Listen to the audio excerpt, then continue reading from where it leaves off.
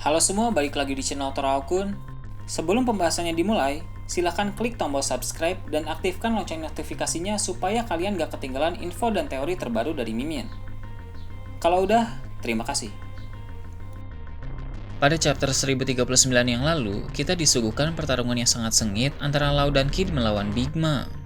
Hampir seluruh chapter memperlihatkan pertarungan tersebut dan pada akhirnya mencapai klimaks. Law sudah menggunakan teknik pamungkasnya untuk menusuk Big Mom dengan sangat dalam, bahkan sampai menembus jauh ke bawah pulau Onigashima. Kemudian, dia menggunakan teknik punch terwile yang membuat Big Mom sampai muntah darah. Tidak sampai di situ, Kid pun lanjut menyerang Big Mom dengan teknik semacam meriam elektromagnetik yang mengenai telak tubuh Big Mom. Big Mom pun sampai berteriak kesakitan dan mengalami pendarahan yang sangat banyak. Setelah itu, Law pun berkata, era kalian telah berakhir. Itu adalah klimaks yang cukup memuaskan di chapter sebelumnya. Namun, kita belum tahu pasti apakah Big Mom sudah benar-benar kalah atau belum. Dalam video kali ini, channel Toraokun akan membahas apa saja hal yang akan terjadi pada chapter 1040 dan kedepannya. Tentu hal pertama yang akan diperlihatkan adalah hasil dari pertarungan tadi. Apakah Big Mom benar-benar kalah atau belum? Menurut admin, sepertinya Big Mom memang sudah kalah karena Law berkata bahwa setelah ini dia akan kehabisan energi. Kid juga sudah mencapai batasnya, jadi akan sangat bahaya jika Big Mom belum kalah. Ini juga akan lebih bagus karena cerita bisa segera masuk ke pertarungan utama, yaitu Luffy versus Kaido. Dalam chapter-chapter sebelumnya, beberapa pertarungan besar sudah mencapai klimaks, mulai dari Sanji versus Queen, Zoro versus King, dan sekarang Law dan Kid versus Big Mom. Itu semua sudah menjadi porsi yang pas. Malah jika Big Mom ternyata belum kalah dan masih bangkit, pertarungan malah akan jadi membosankan karena terlalu lama. Jadi, akan lebih bagus jika Big Mom sudah benar-benar kalah. Dalam chapter 1040 dan kedepannya, pasti akan mulai memperlihatkan lagi pertarungan antara Luffy melawan Kaido. Pertarungan akan menjadi semakin sengit karena Luffy sudah mulai bisa mengimbangi Kaido. Pada chapter 1037, terakhir diperlihatkan adalah Kaido mulai mabuk, namun dia tetap bisa bertarung dengan baik. Mereka pun beradu serangan, sampai pada akhirnya Luffy menendang Kaido sampai matanya memutih. Sepertinya, serangan Luffy ini akan membuat Kaido sadar dari mabuknya, sehingga di chapter 1040 nanti, Kaido tidak akan mabuk lagi.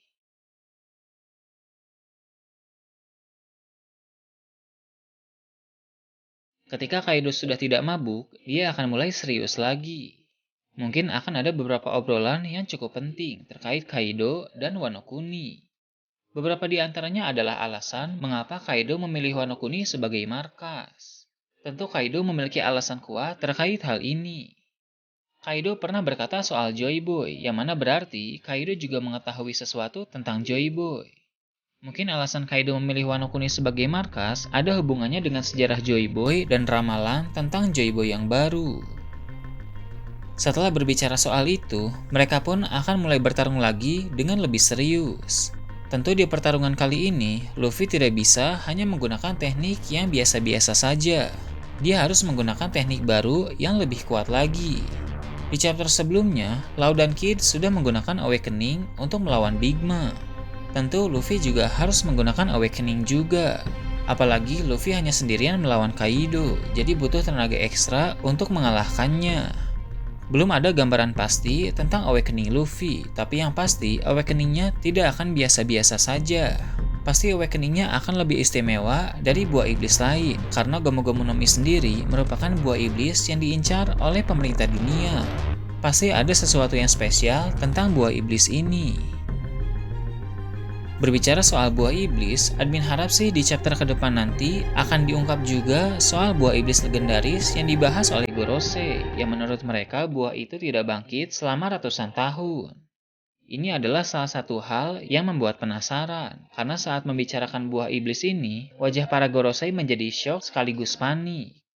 Buah iblis ini pasti sangat berbahaya, sehingga membuat para Gorosei sampai seperti itu.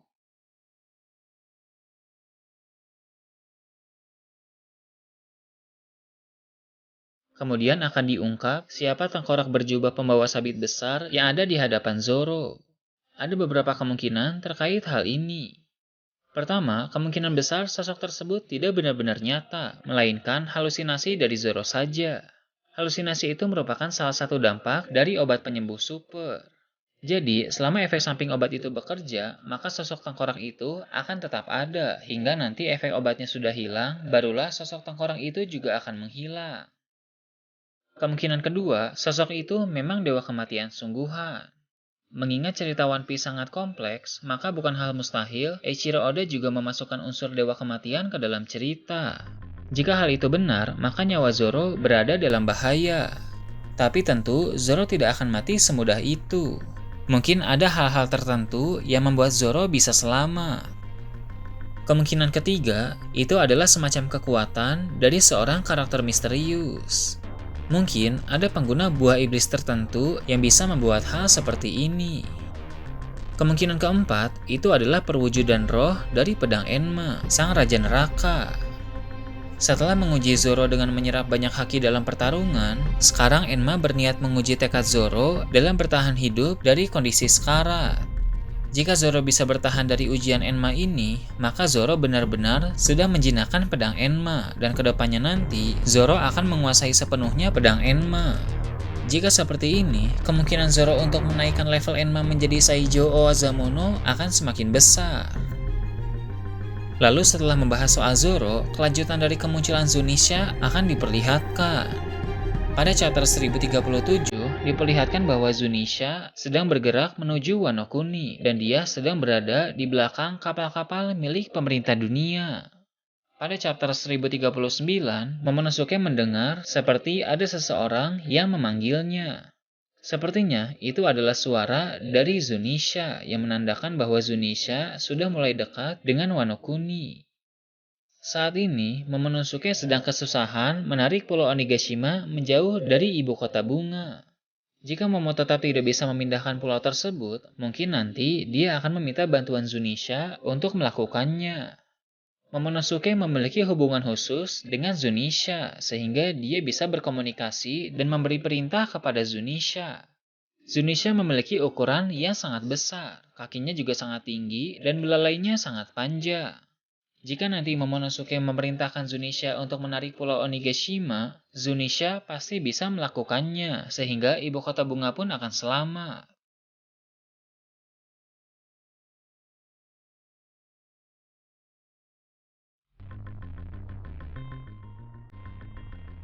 Nah itu tadi, berbagai hal menarik yang akan terjadi pada chapter 1040 dan kedepannya. Gimana menurut kalian? Silahkan tulis di kolom komentar di bawah.